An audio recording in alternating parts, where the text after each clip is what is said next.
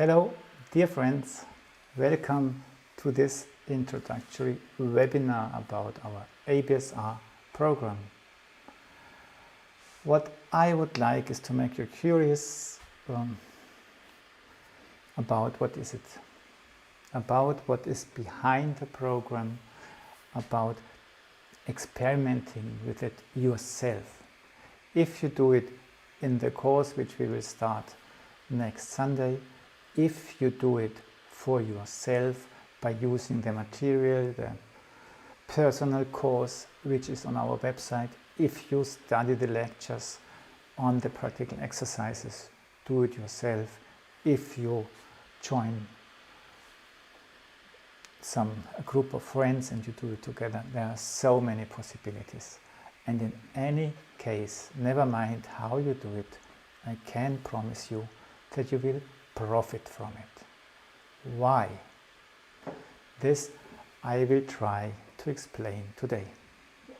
First, I will show just very briefly what we are going to do today, what I try. I want to explain a little bit about the name ABSR and its relationship to the similar named program MBSR. Is it just by accident? Is there a relationship between those two programs? That's one thing. Then what are our objectives? What do we want to achieve with this course? I will show you the material on the website. We will speak about the exercises and also at least a little bit about the relationship of the exercises, of the everyday exercises to eurythmy. And there I'm going to invite you to participate. We cannot do a whole sequence of exercises, but maybe a few minutes just to get you an idea of, why do we combine the practical exercises with eurythmy? Yeah? During the course you will hear a lot about the practical implementation, how much time do I need, what challenges do I face? Yeah? Shall I do it myself or in a group course? And there are the first results of our scientific evaluation are there, in at least one aspect I would like to share with you. Okay, let's look at the name ABSR, and there are two ways of interpreting it, and the main interpretation is activity-based stress release. Every stress release, every stress program has to do with letting go. That's what I want to show with this picture. Just relax. And why do you have to relax? In order to find your inner resources. But there are ways to inwardly relax by doing certain practical exercises which are not meant, I try to change myself, but which address specific layers in us specifically. And then these layers start to unfold and to support us from within. So the main aspect is activity-based stress release. And I will also show you in eurythmy why we call it activity-based program. It's not just because we move with eurythmy. It's not just combining it with movement. It's a specific sort of activity we are looking for. And anthroposophy-based is because the differentiation of these exercises. What kind of exercises do we use in order to address nervosity and stress, to get or redeem nervousness in us, is the knowledge or the point of view anthroposophy has developed on the human beings, discriminating different layers in us. And like in a human being, when you just wait, I want to become visible myself for a moment. When you feel understood by somebody, or somebody who really means you, it's not just speaking about, hello you all nice guys, wonderful, but hey, so nice to see you. How are you doing? And then this person engages itself in an interaction with you where you have the feeling this person is interested in you, wants to understand you. It's not even important if it fully understands you, but just by somebody tries to understand you, you will notice it does you good. And that's the idea of the program, that you differentiate the exercise in a way that different layers start to feel, hey, this person or my person, my human being which lives in me, is interested in me, is engaged with me. So nice. I've never experienced it like this. Let's do something for him. That's the idea. And that's why the name anthroposophy can also be connected with this program. It's just this differentiated way on the human being, like you also find it in anthroposophical medicine, in biodynamic gardening, and so on. I apologize. That's when we do exercises with the feet. When we go here to the screen. When you speak about, eurythmy is a movement, an art of movement, that's true, but the point is that's not just an outer movement, but actually you try to move inwardly. And the outer movement is created by inward movement. But it's not a sort of directing inward movement, but in a way you try to bring things about by inner perception. So you discriminate, here I'm active, and like in this case where this person crosses the legs, that's me,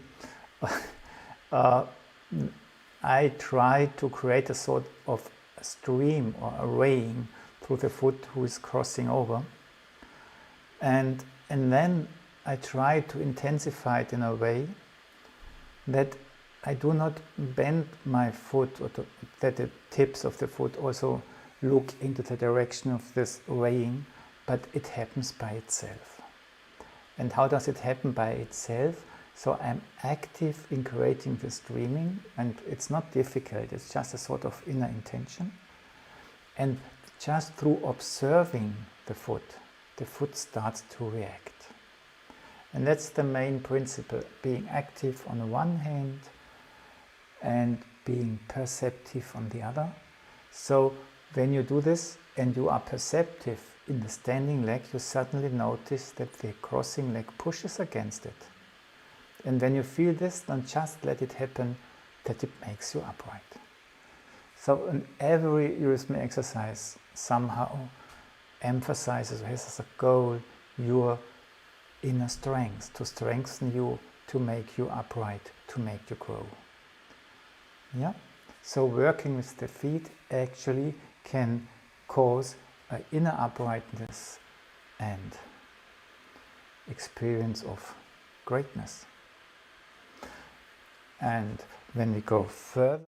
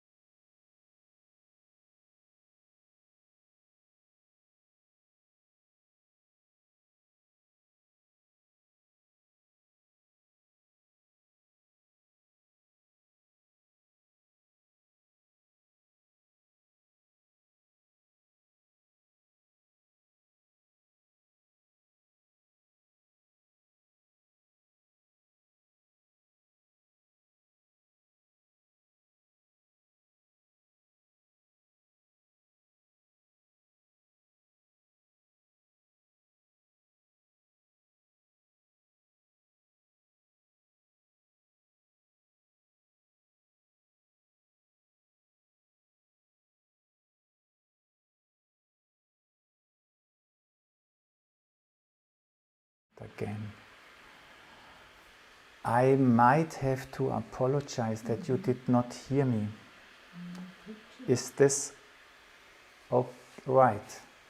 So then we must start again quickly. I apologize. The camera was not on. The tone wasn't on. Just now, just for a minute. Just a minute ago? Yeah. Oh, that's great, because I have two different ways of showing pictures. So, when have you heard what I said here? Now we have. Ja, and when...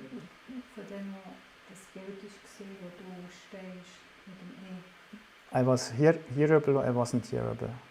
From then you weren't here. Afterwards. Yeah. Okay, what I wanted to explain here, that the upper and the lower, it's good when they have a good relationship, and we do exercises where the lower and the upper have a sort of inner correspondence which they regulate themselves. It's not me who is crossing legs and arms.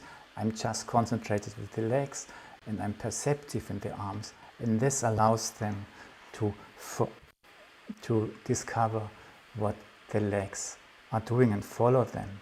And here, maybe here my tone got lost. I feel I have to do this and have to do that and expand, and I lose my center. And yes, that's an experience one can have in everyday life. And in eurythmy you can now experience this too, and maybe we have time to experiment with it a little bit afterwards. But then you can just use that in the body everything is interrelated, and there you can... Yeah. There you can have the imagination that one arm is connected with the opposite shoulder and the other arm is connected with the other shoulder, and so you can again pull out, and it's actually concentrating you. And so in eurythmy we do actually activity, inner activity, and this is combined with activities we do in our everyday life.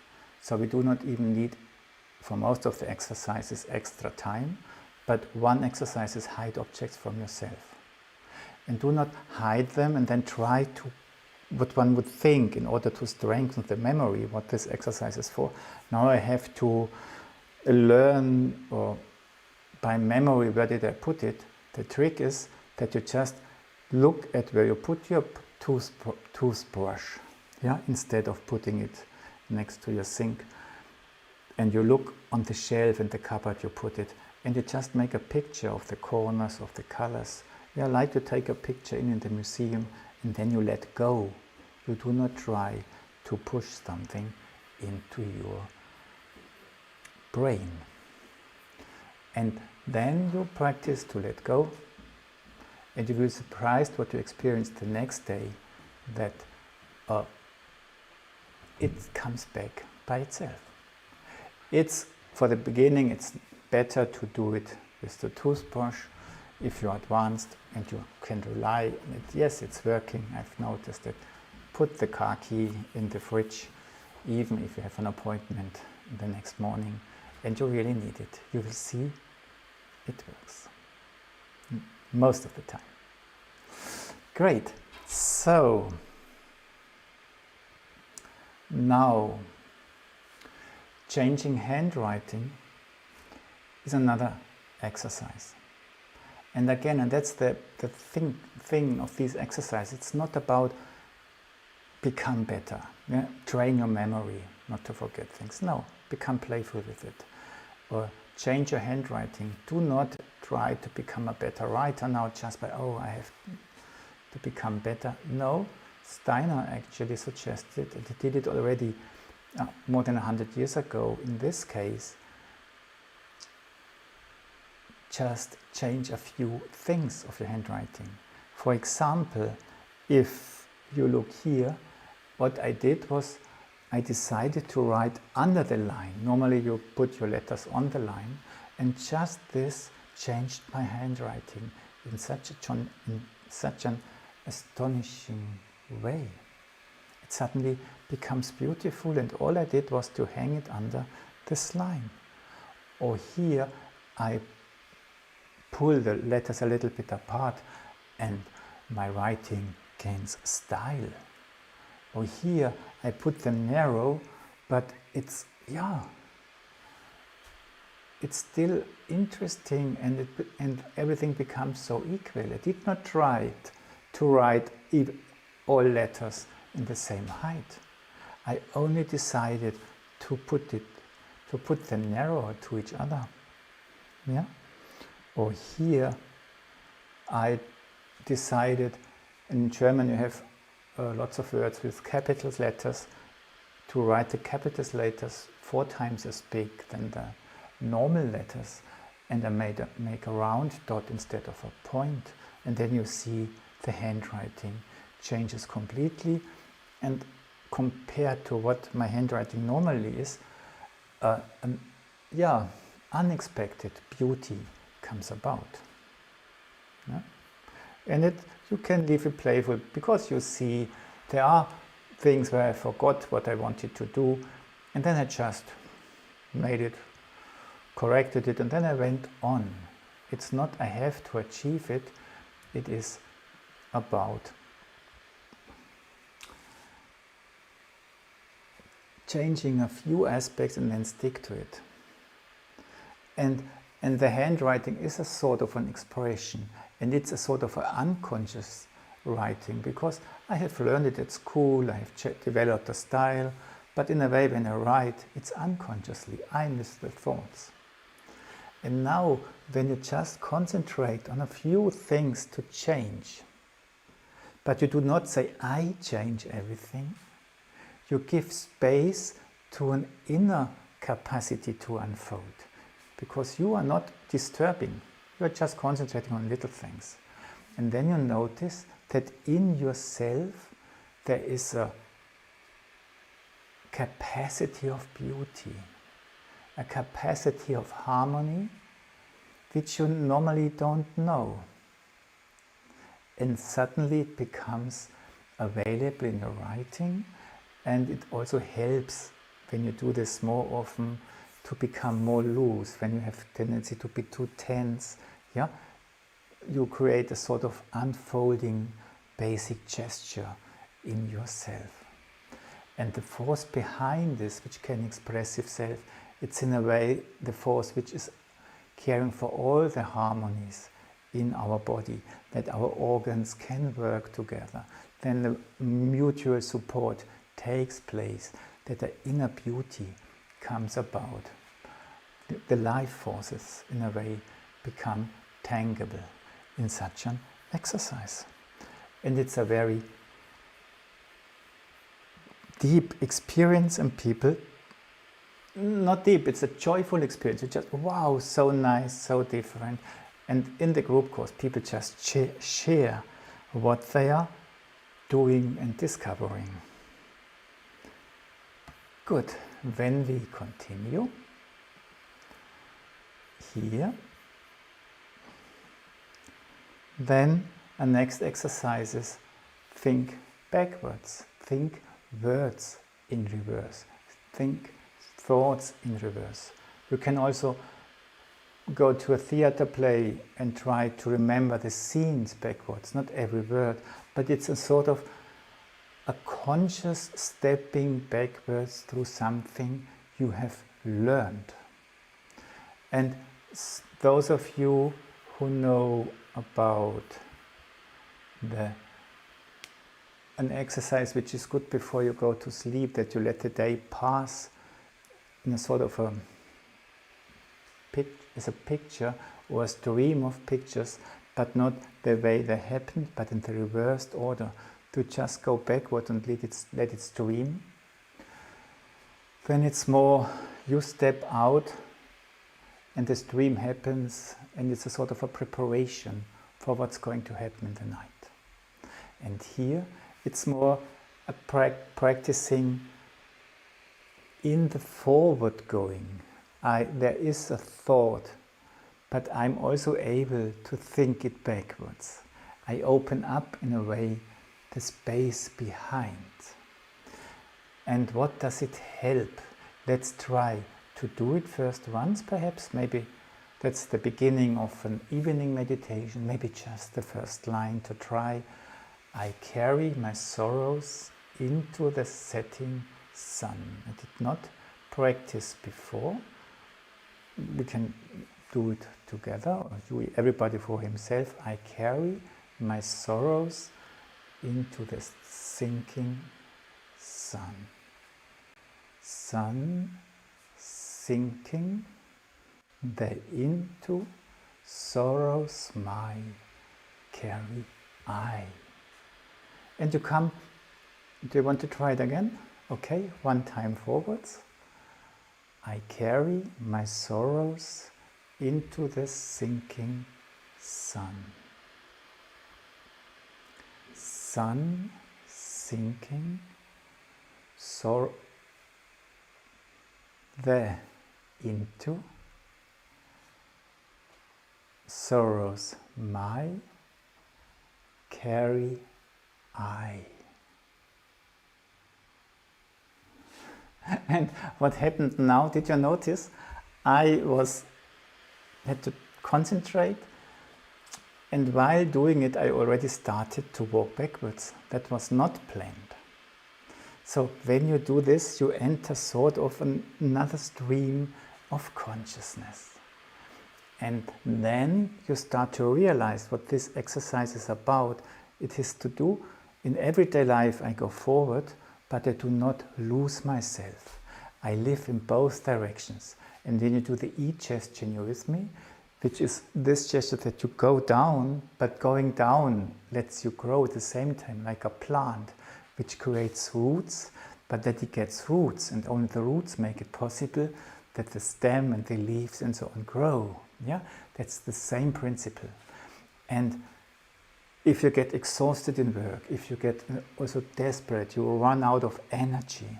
Yeah, in Germany we say burnout. You are just nothing left. This has to do that you put all your heart or yourself into your work, but in a way you don't get that much out of it that you feel nourished from it.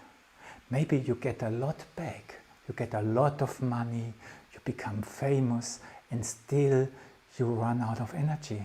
This is because what you do is in a way is not yourself. You're just functioning and integrating other impulses in your deeds. And then what comes back does not really meet your inner being. And so you get not nourished from what you do. Yeah, it just passes by. And this exercise actually helps you to really be present, to really be connected with what you do. And then people answer. When they answer, they feel you, and it's much more directed towards your inner being. So this helps you to be present and tangible in your everyday life, become stronger in your everyday life through such an easy exercise. Let's go on a little bit quicker now. Another exercise is self-observation. I observe myself when I do this or that. And another exercise is changing habits. I sit on another chair as I usually do when I have my breakfast in the kitchen or in the train. And you will notice it feels so differently. Or I brush my hands with the hand I normally don't use, and in the beginning it's funny, and then slowly it becomes easier, and you make different kind of observations when you do this.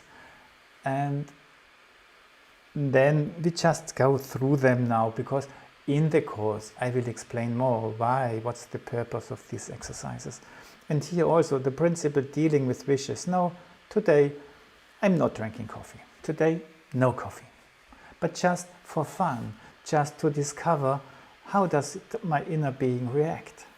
And you will discover that when you say, no, today no coffee, normally it's no problem for the body. If you say, I don't get coffee, it's not good for me, you feel the desire, but if you do it playfully, the body reacts differently. Why? Let's start to discover these things. Not same with decision making, practicing decision making, you also do it in a sort playfulness or openness. But you start to observe, when do I make decisions, how often, and you decide very often, do I take my left hand or my right hand when I do this or that? It's an unconscious decision. Or do I read the book first or do I do the ironing first? That's a conscious decision. And then you can practice what speaks for this, what speaks for that, and then you notice for both you have good reasons. So how do I decide? And in a way you notice, I have to learn to listen, to discover, the voice of my heart in a way, if you want to say it in short words. And the last exercise is refraining from criticism, and also here it's not a morally appeal, it's discover how often you criticize without that. It's necessary just to have to talk something about others. But if you have the feeling this is important as critic to say to somebody, then please do. And the other aspect is, when somebody is aggressive against you, do not react or take up a direct response. Criticism in a sort form of self-defense, but try to develop a sort of inner picture of how is this person functioning, how is this person acting in other circumstances. And there you see, in the first exercise with the toothbrush in the cupboard, we had these make a picture of something, and the last exercise again on a different level, and you will see that's a basic principle in the whole program, which makes it so interesting. Okay, I hope everything is okay, because I cannot check anymore. Monica has to leave, and she is not, something has happened and she's needed. So from time to time I will check the YouTube stream, but I have to do it extra. If you write something, I hope everything is fine. I have just checked now and it's okay, but I don't see it all the time because Monica wanted to do it. So let's hope everything goes well where she has to be now. We have to thank John Kabat-Zinn for his big efforts, great efforts to make mindfulness-based stress reduction known.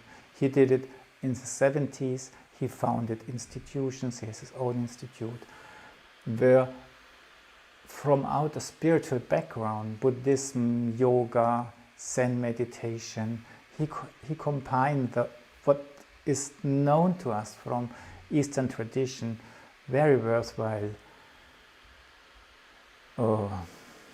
exercises. He combined in a course with attention exercises, mindfulness meditation, and also behavioral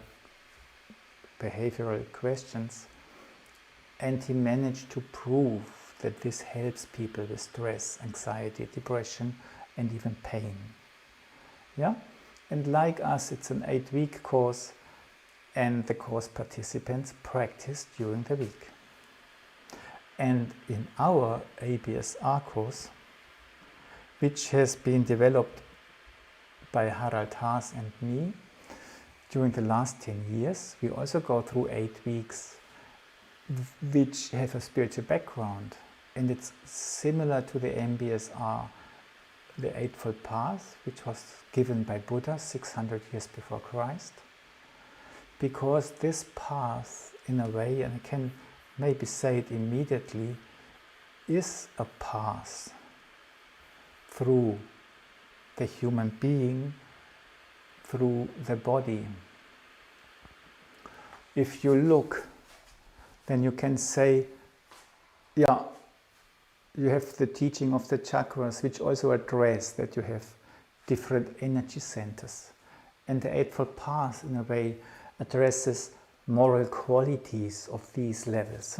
He starts with the right opinion, with the right judgment, with the right speeds, with the right deed, the right standpoint, the right striving, the right memory. And it's a path, yeah, from higher levels in you to the heart level, the right deed, to down to your basement, the right memory, what really lives in you, on what do you stand. And the exercises of the ABSR course just follow the other direction. They begin with the right memory level. Practice your memory in a artistic way, and then it ends with the refrain from criticism, the right opinion. Yeah, and in the course I will bring both aspects. The path is in the background. It is not practice, but it's just okay. That's an aspect you can have. And in a practical way, important for the everyday life, we do practical exercises which really help me in everyday life. Yeah? But the levels, the inspiration, what kind of exercises, that was the great deed Rudolf Steiner did when he invented out of a sort of spiritual path very practical things like change your handwriting, think backwards, refrain from little wishes in order to discover what's, to overcome psychosomatic illnesses, how you put it, and so on. Okay, we go back to the presentation, and there's the Eightfold Path, in a way, gives the structure.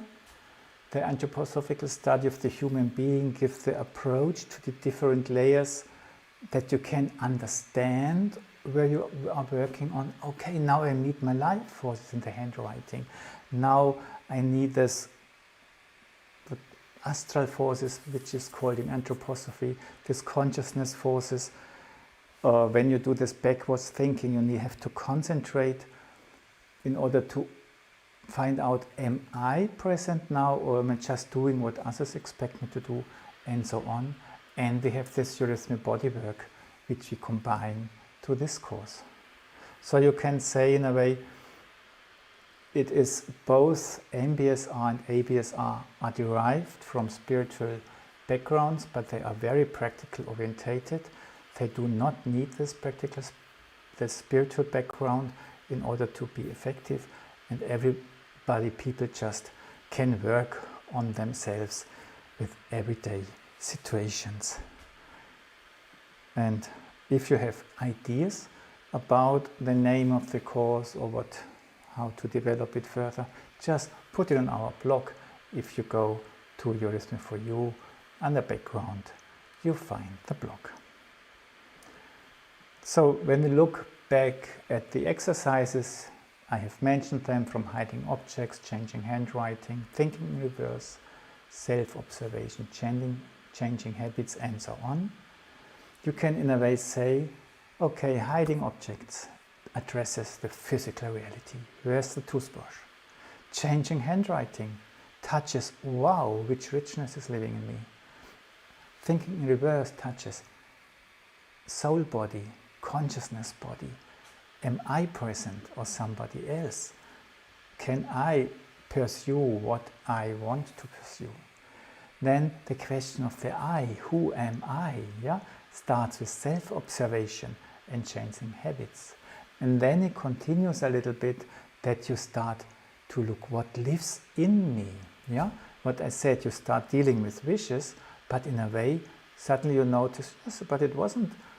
You thought coffee is so important, but for one day, if you do it playfully, no, you start an inner dialogue, weighing up decisions. Okay, what is really Can I listen to myself?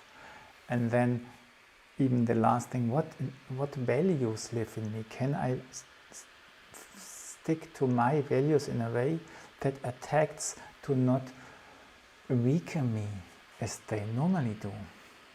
Yeah?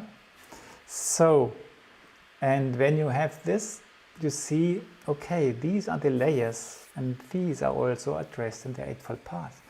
And they mirror each other. This I have told you in a way about how you work with pictures.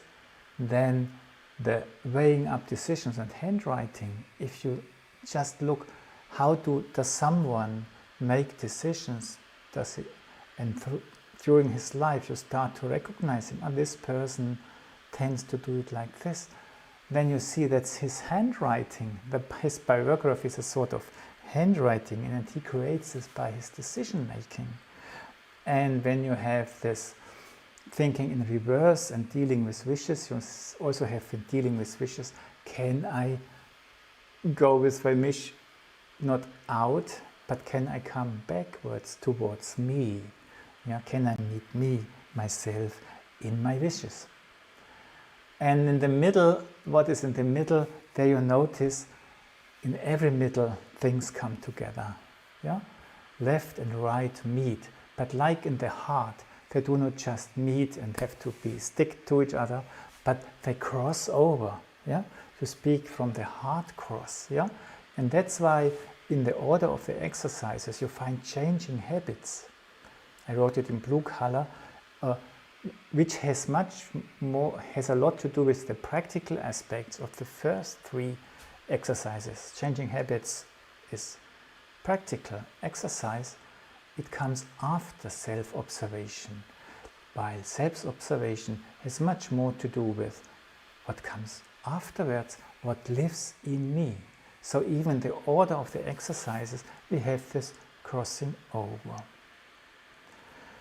And that's why Rudolf Steiner says, if you take, or that was his opinion, in a way, what the people from the courses tell us now, confirms what he says. If you work on these levels, and if you take theories that it makes sense to work on with these concepts, and if you have them a little bit in mind when you practice, not too much, then small things have great effects. Yeah?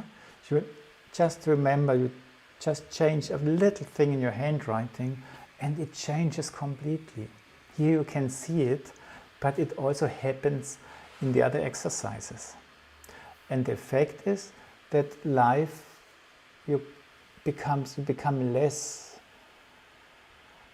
vulnerable to illnesses, and illnesses become less oppressive. And that also Kabat-Zinn could show that his programs strengthen the immune system. They help in health matters. And another effect, and that's also not unimportant, that you start to discover I'm not only made from matter, but in myself there live different energy systems, different spiritual systems, forces which carry me, and you can start to feel carried. Yeah? Not somebody's carrying me, but I am carried. Yeah? So, and I'm not looking into it, we do it more, in some cases I did it with the burnout question, with the forgetfulness, that every exercise is specifically addressing one sort of illness, and you can say that together they form the whole spectrum of nervousness. Yeah? That's in a way, on each level something can be stressful, and together you have these outcomes of it.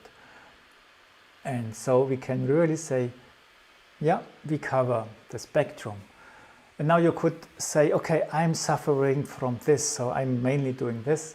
That's possible, but don't forget that things are interrelated.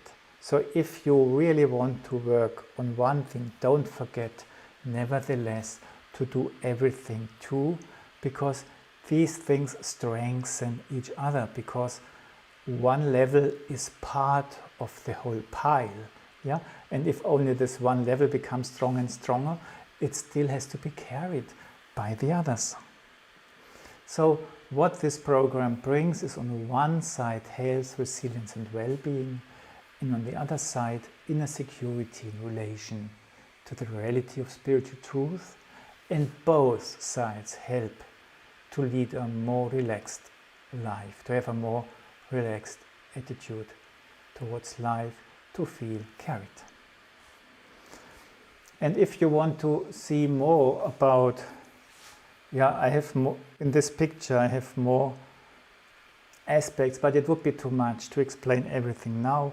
But maybe if we are here on this, on our website, and you go to, I must look if it's working now. No, I'm wrong. Here we are. If you go to our website and you go to online courses, you can choose ABSR Stress Sleep Release. That's the course we are talking about now. And then you scroll down, you find the introductory webinars you are listening to now. And then you have this guided group course where you can order the course, you can join our group course, which starts on September 27th. You have feedbacks, there are many more on the page. And there is other courses which you, if you don't want to do the group course, just take an individual one. You find other introductory videos, and what I wanted to show you, if you're interested in this, on the image of the whole, then you can just click on the image and download it. That's what I wanted to show you. And then we just go, I think, to some practical things. And the most practical thing now is to do a little bit of Eurythmy together. We are not going to do this. What I told you, we cross arms and legs at the same time. But all these things are much more easy than you think. It's just about, you have to discover that everything is there.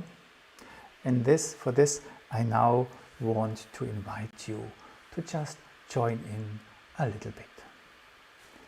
If you come with me in your space and just stand upright and breathe, then the most important thing is to arrive at oneself. That's the main factor to cope with stress. Never mind what's going on. Yeah? You know that's known. And for this reason, we also just practice to arrive at ourselves. I take my hands to help me to feel into my chest, to notice my breath, to arrive at my heart. And then turn the hands a little bit, that they become sort of little bowls, helping you to descend in your body slowly through the body downwards, through the legs, into the earth. And then you do this, concentrating on streaming downwards, but still stay connected with your body. It might happen, or it will happen, that your body starts to feel as if it would become greater, bigger, upright. And in my case, even the heels become light. Just relax, do a little step forward. This helps to start anew. And let's do it one more time again. And that's the basic exercise we do all the time before we enter others. Because in this little exercise, everything is already hidden in it. I arrive at myself. I connect with myself. I slowly stream through my body, through the lower body, the legs. But I notice that my body, on the other hand, becomes upright. And I enjoy this for a moment. I let my breath react. And then I let go. Make a little step. And then again, you might notice the breath makes another little wave. That's how the body says thank you to you.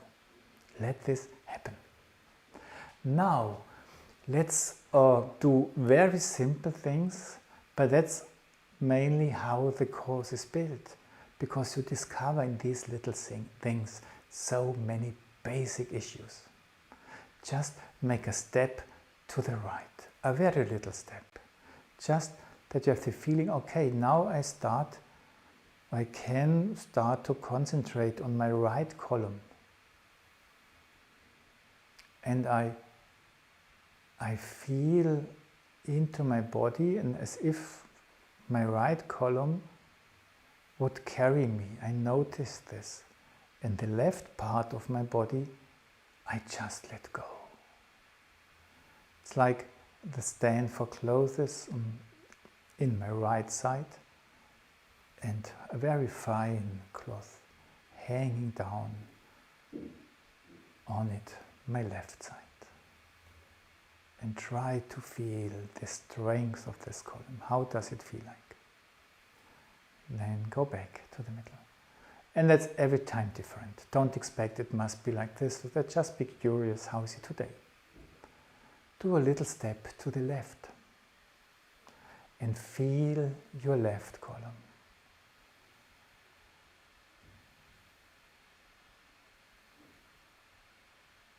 And then relax your right side.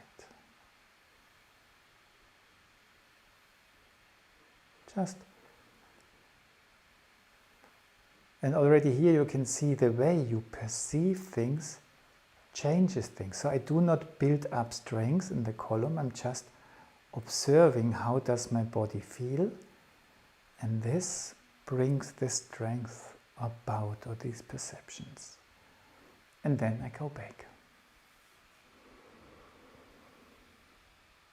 And already in my case, my breath reacts strongly.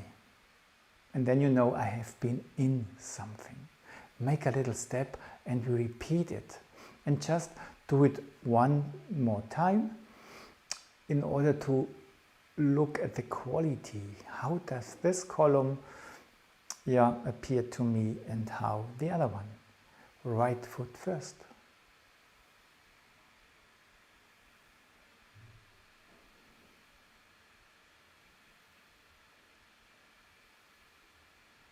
And come back.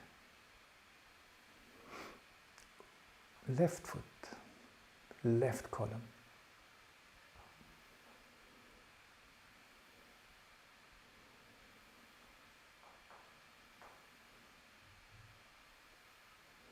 And then come back to the center. And for a moment feel both columns until they become one again. Did you notice a difference between the two columns? And now you might say, yes, it was like this and like this. Great. And be open that it might be different next time. Or you say, no, I didn't feel a difference. But you know from experience, there are no two equal things. So you know there must be a difference. You just did not feel it.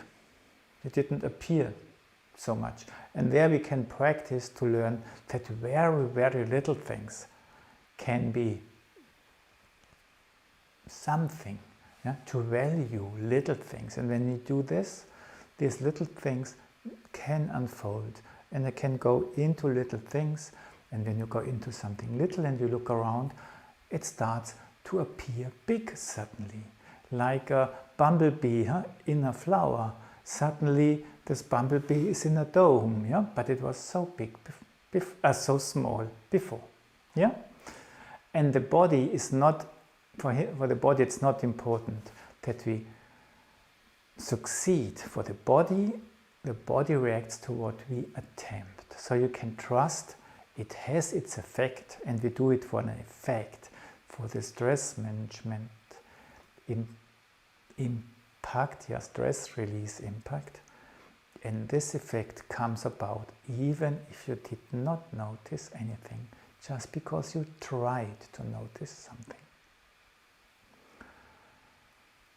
When we have had a little bit of a feeling, more or less, about there are columns or there is an uprightness, put one hand on one side of one column, never mind which one, and put a little bit of strength in your hand and have the feeling, you touch this column from the outside, like the side of a cupboard perhaps, and then put a little bit of energy in the hand and start to slowly push the one column to the other side, that it goes there.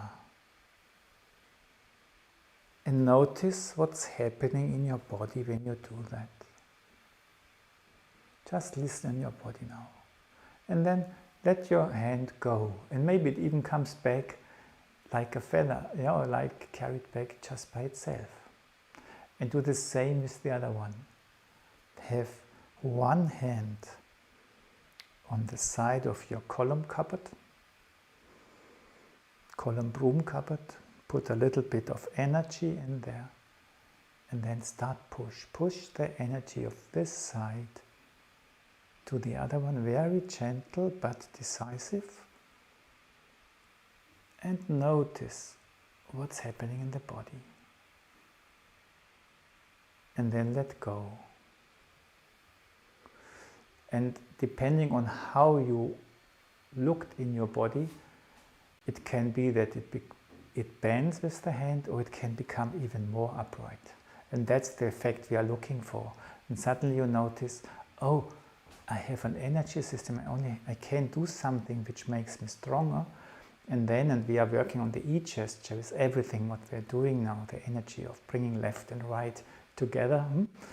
So we can do it at both hands at the same time. I bring left to right and right to left. And I have it here. I feel my cupboard, my broom cupboard. I have energy in my hand. And I start crossing.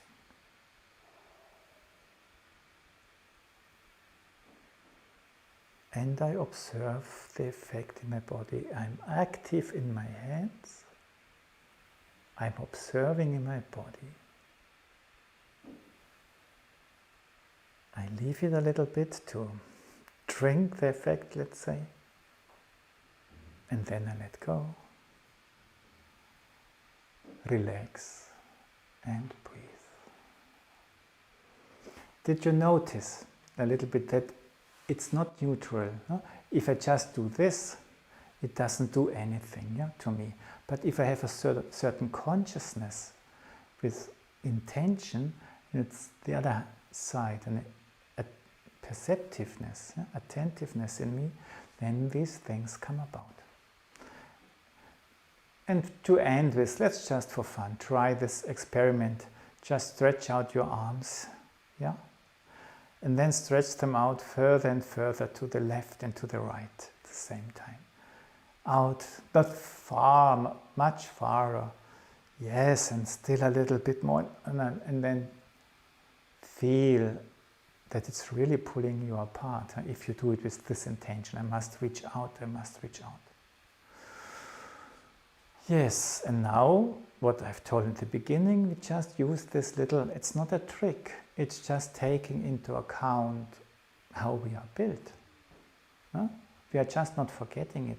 Take one hand now to practice it a little bit, and then feel this arm, and then inwardly connect it in your feeling, in your body perception, in your body sensation with the other arm. That's possible because your body is in continuum.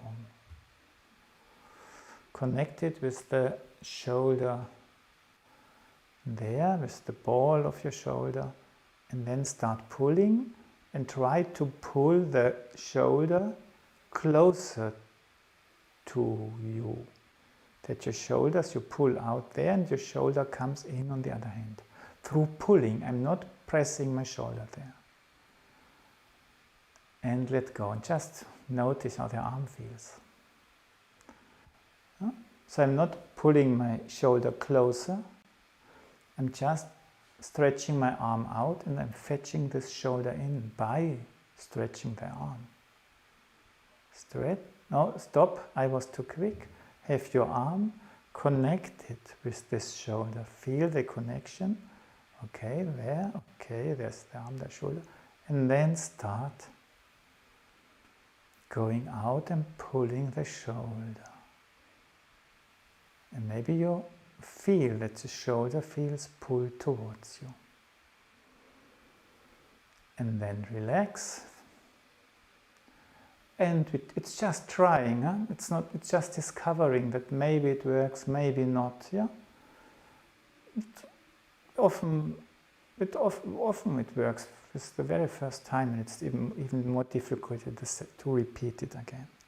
So this shoulder, this arm is connected to this shoulder, and your other arm is connected to the opposite shoulder. Make it clear to you once more, and then pull out, and pull this shoulder there, and pull this shoulder with this, and then go out. Go further out, go further out, go further out. And maybe you notice you can really go far out, and if you do not forget this connection, in a very nice way, you start to feel centered despite of stretching out. Okay, we have already done 3 exercises, and during one webinar we do normally 5 exercises, and that's enough for a week, and you just work with that.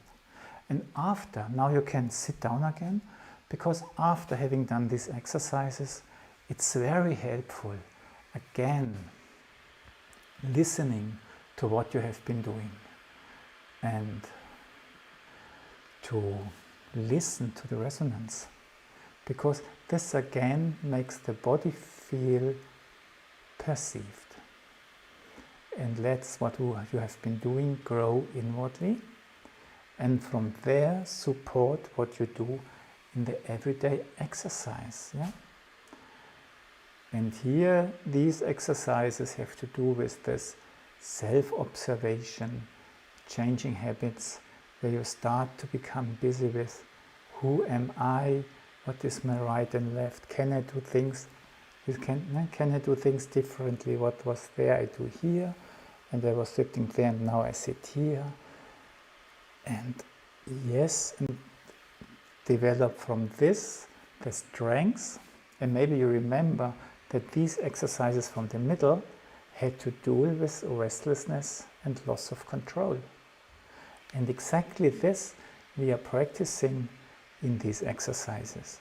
Not keeping control over things, but becoming wide and centered, becoming open and self-conscious at the same time, and things like that. Yes? And yeah, that's where I would like to conclude a little bit what I have said already. If you come to the group course, every Sunday we meet to discuss, or I explain it to you, the everyday exercises, the purpose, the background, and then we practice a little bit, that you are able, have enough material to not just do what I suggested, but that you have material to experiment with the eurythmic material I have given you, in order to deepen the effect in your way. And then for this, take 15 minutes, 20 minutes a day.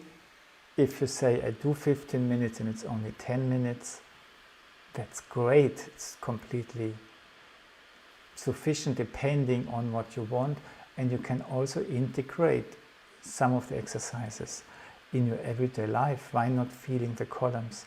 when you wait for a bus at the bus station. And take a few minutes in the evening to look back on the exercises and think, how do I want to do it tomorrow? Yeah? In the group course we have a chat, and it's fun what people exchange, how they show each other the handwritings, poems they found for thinking backwards. And probably we make a meeting in between, not as written here on Sundays, but really in between, probably on Wednesdays, if we have enough people who are interested. We offer this free of charge in addition. And the course is not expensive. It depends. For where I live, it's not expensive. For people in other countries, it's very expensive, 140 euros. So you are free just to cross on, I only want to pay 100 euro, and if this is too much, there's no reason not to join. Just write an email and we will find a solution which suits your needs. Yes, we start on September 27th, that's next Sunday. If you prefer to do it on your own or just reread it, it's perfect. Don't feel obliged to anything. I will check quickly if there are questions. Wait a minute. I quickly go. No new questions, which I see. So I give you a last impression from what we have found out about the course.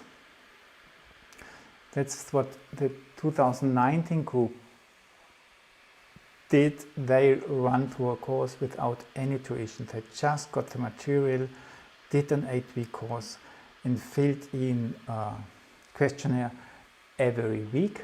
And 18 people, this is the group underneath, they even filled in a questionnaire every day about how is my mood, good or bad, that's the blue line, how weak or how awake am I, that's the orange line, or how restless or how peaceful am I, that's the gray line.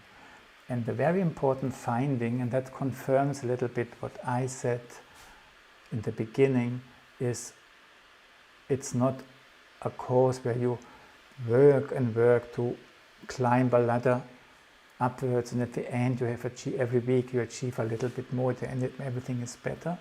But the structure of the course is, or the idea behind the course shows itself in it.